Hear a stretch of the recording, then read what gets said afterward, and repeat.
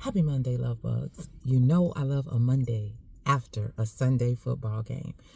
And there's lots to get into. It was a good Sunday indeed.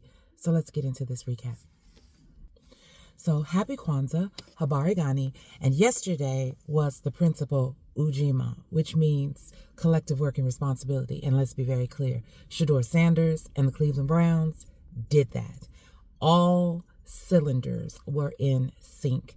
Yesterday, we had an opportunity to see the defense and the offense and our special teams all working in complete fluidity and synchronicity of each other. Were there some mistakes? Yes, but that's a game. You don't learn anything if you never do anything wrong. So there's that. But I want to say something that was really very interesting, and I love the way that the Browns capitalized on this. The Pittsburgh Steelers were so fixated on keeping Myles Garrett from sacking Aaron Rodgers, they totally forgot about everything else. And that everything else, Shedeur Sanders.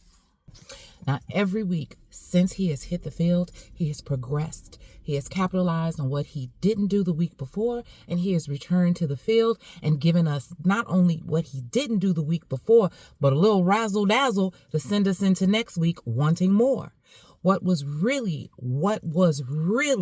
noteworthy in this game was the amazing ability of maintaining control, time management, and the leadership position of this entire game.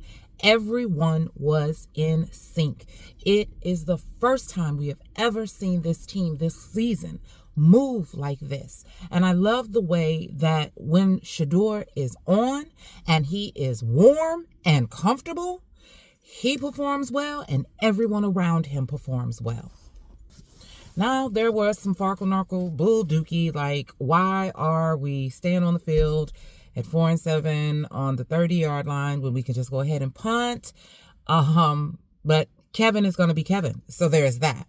But I was very pleased to see that it was Tommy Rees that was doing the call playing for Shedeur. And every week we are beginning to see how he is more and more and more and more being allowed to let go. And let go he did. My dude.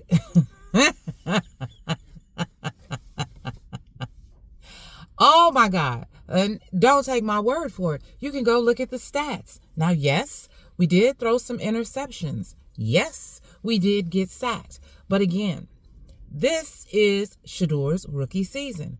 We've got to get the kinks out. We've got to see where the holes, the gaps, what it is we need to work on.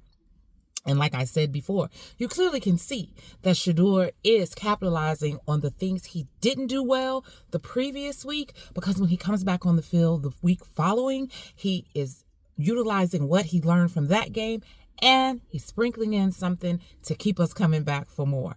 Now, I did see clips of the locker room conversation and the presser. And I'm going to say this.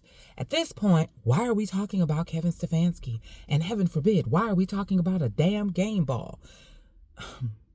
The beautiful thing about living this life and how God moves is God has something for everyone.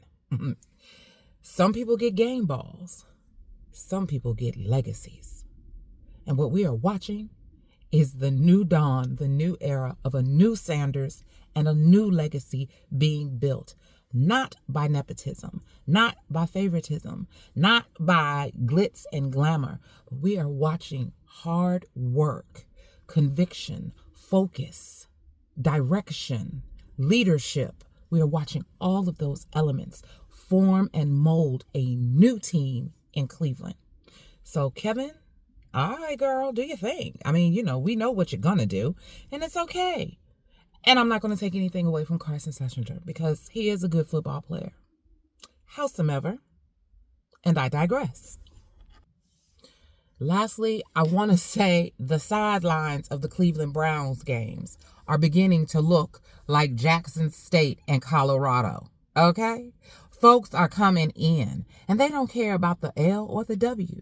They are coming because they want to be in the midst of the energy, the vibrancy, the aura, the changing, the legendary era as it is beginning to unfold. And indeed, I was really tickled to see Tony Brown on the sideline, because Tony was the one that walked out with Shedeur to ensure his very first game in preseason, Shedeur got to start it off the way he always does. And it was amazing. Tony was there. There was his dad, Carucci. Of course, his mom was there, Miss Pilar. The sideline is beginning to look like what we are accustomed to seeing in support of Shedeur. It is not about the celebrity or the notoriety. It's about the energy. It is about the community. It is about family. And I said this time and time again. If Shedeur got out on that field, they would play with him and they will play for him.